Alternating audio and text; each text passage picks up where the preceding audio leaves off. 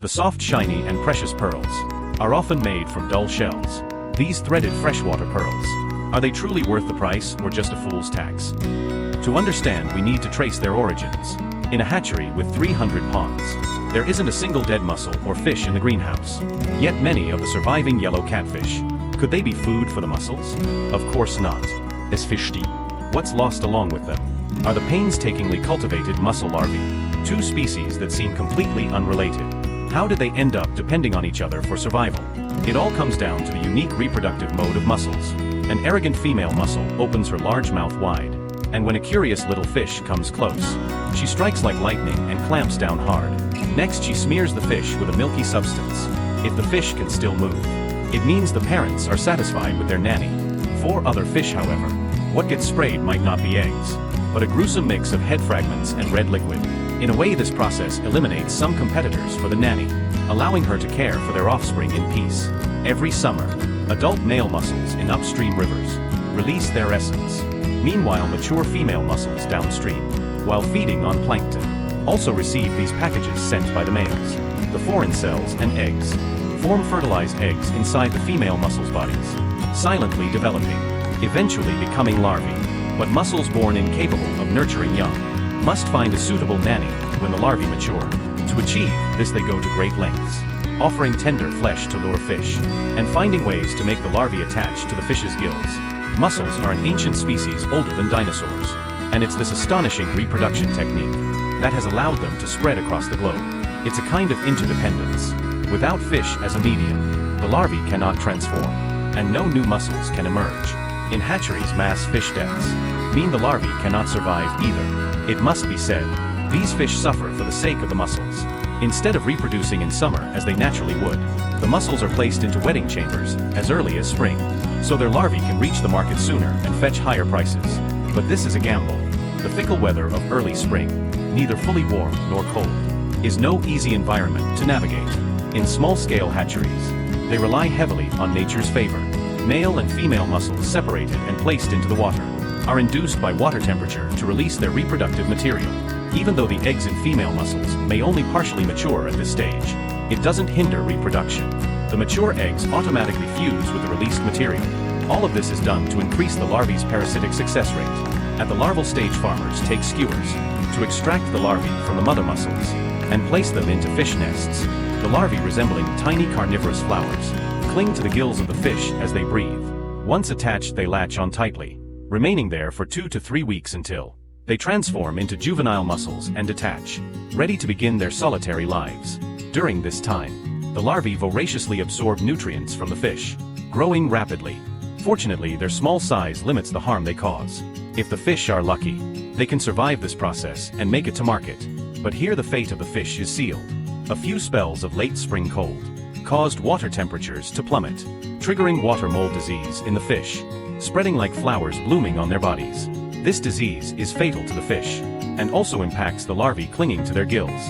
The optimal temperature for mussel development is 25 degrees Celsius, and an accumulated water temperature of 180 degrees Celsius is required for the larvae to mature into juvenile mussels. While unpredictable weather has minimal impact on the mussels, it greatly troubles the fish. Advanced hatcheries install heating equipment to maintain the water temperature and prevent fish diseases. In addition, greenhouse tanks must remain shaded to avoid algae growth that could entangle the mussels. Once the juvenile mussels detach, farmers collect them and place them in a nursery pond, feeding them cultivated algae. As they grow larger, they are transferred to outdoor fish ponds. For pearl mussels, childhood is a happy time. Dirty water is filtered for them. Delicious algae are plentiful, and since they can't move much on their own, they don't concern themselves with freedom. A mussel's movement relies on a protruding foot. If they miss the chance to hitch a ride on floodwaters, they might spend their entire lives moving only a few meters. Wild mussels rely entirely on luck to survive. During hard times, they might go days without a bite of algae. In hatcheries, their treatment is luxurious. If not for the events that follow, they could live their lives without a single complaint. For about a year and a half, the mussels live carefree lives. Then one day, as they're busily feeding and growing, they are all pulled ashore, their bodies thoroughly cleaned of grime. The unlucky ones are sacrificed prematurely for the pearl industry. They are forcibly opened, and epithelial tissue from their outer mantle is scraped off. This tender tissue is sliced into small pieces by skilled workers. Next, another group of workers takes over, implanting the tissue into other muscles.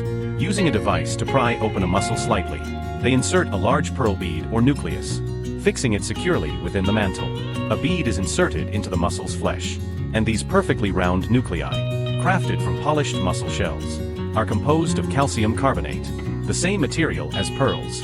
Along with the bead, small pieces of cells scraped from other muscles are also implanted. The skill of the workers in performing this process directly affects the quality of the pearls. If this craft existed in ancient times, it would have been a lucrative skill. The implanted cell fragments decompose inside the muscle, triggering a rejection response. To survive, the muscle forms a pearl sac and secretes nacre, layer by layer, encasing the foreign object. Over time, this process creates a pearl. The stacked structure, resembling building blocks, is what you see when a pearl is cut open, a testament to the muscle's relentless battle against pain. Implantation is extremely harmful to muscles, and extracting pearls requires the muscle to stay alive. Workers exercise caution, implanting only 1 or 2 large beads, depending on the muscle size. However, muscles used for producing non-nucleated pearls are treated far less delicately. These muscles, riddled with wounds, are implanted with 10 to 20 small cell fragments. Since these fragments are smaller, the damage is less severe. Without molds, it is nearly impossible for muscles to produce high-quality pearls, so quantity becomes the focus. Natural pearl formation starts from a rare accident, and even with implanted nuclei, the results are unpredictable. The saying, "A dragon has 9 sons each different," applies here too. Pearls from the same muscle vary widely in size and shape, and their quality differs even more dramatically.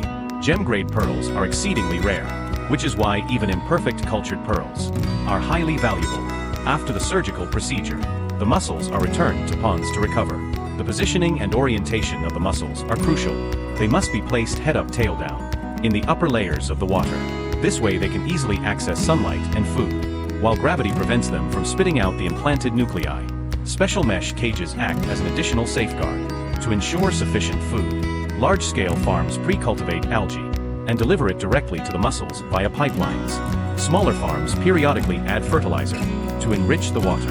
While this system feeds the muscles, it pollutes the water. Overgrown algae turn the pond into a murky mess, releasing a foul odor. High-density farming also stresses the muscles, and those unable to endure perish. If the muscles die from infectious diseases like muscle fever, the disease can spread to others in the same pond. The sugar-like substance released from the dead muscles spreads like the hand of death, wiping out nearly all other muscles it touches. Today, many farms replace chemical fertilizers with aquatic plants and lotus roots to manage the environment, but the practice of adding waste manure remains common. Enhancing fish nutrition, improving water quality with lotus roots, and enduring 2 years of hardship, the mussels are finally freed from their torment. They are harvested and sent to pearl processing factories. Mussels have relatively long lifespans. If free from disease, they can live up to 10 years. However, the mussels here, on Y 3 to 4 years old, meet their end prematurely. Keeping them alive longer does not result in larger pearls. The best pearls form within 7 years, and rarely beyond that. The interior of the shell has limited space. Pearls don't grow to exaggerated sizes. Thus they are harvested at their most valuable stage. Workers split the mussels in half with knives, skillfully removing the meat. Another worker then extracts the pearls from the mussel meat. Opening a mussel to retrieve pearls is like unboxing a surprise package. You never know what's inside until it's opened. As the only organic gemstone among the traditional 4 treasures, pearls differ from jade crystals and agates. Pearls cannot be carved. They appear as they are. If their soft luster is removed, they resemble rough shell material. Freshly harvested pearls are cleaned and sent to processing factories, where they are sorted by size and quality. High-quality large and round pearls are processed into necklaces, earrings, and other jewelry. Irregularly shaped or lusterless pearls are ground into pearl powder by machines. In recent years, inbreeding and genetic degradation have caused freshwater pearls to become smaller. Although over 90% of the world's pearls are produced domestically, their market value accounts for less than 5%. Despite being the pioneer of artificial pearl farming, the lack of scientific breeding and inheritance methods has resulted in high production but low value.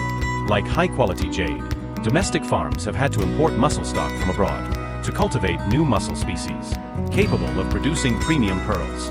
With improved genetic resources and advancements in farming techniques, many freshwater pearls are now visually indistinguishable from the more expensive saltwater pearls. To truly differentiate between them, one must send them to a testing center. Most freshwater pearls contain conchiolin, a component absent in saltwater pearls. Thank you for watching. See you next time.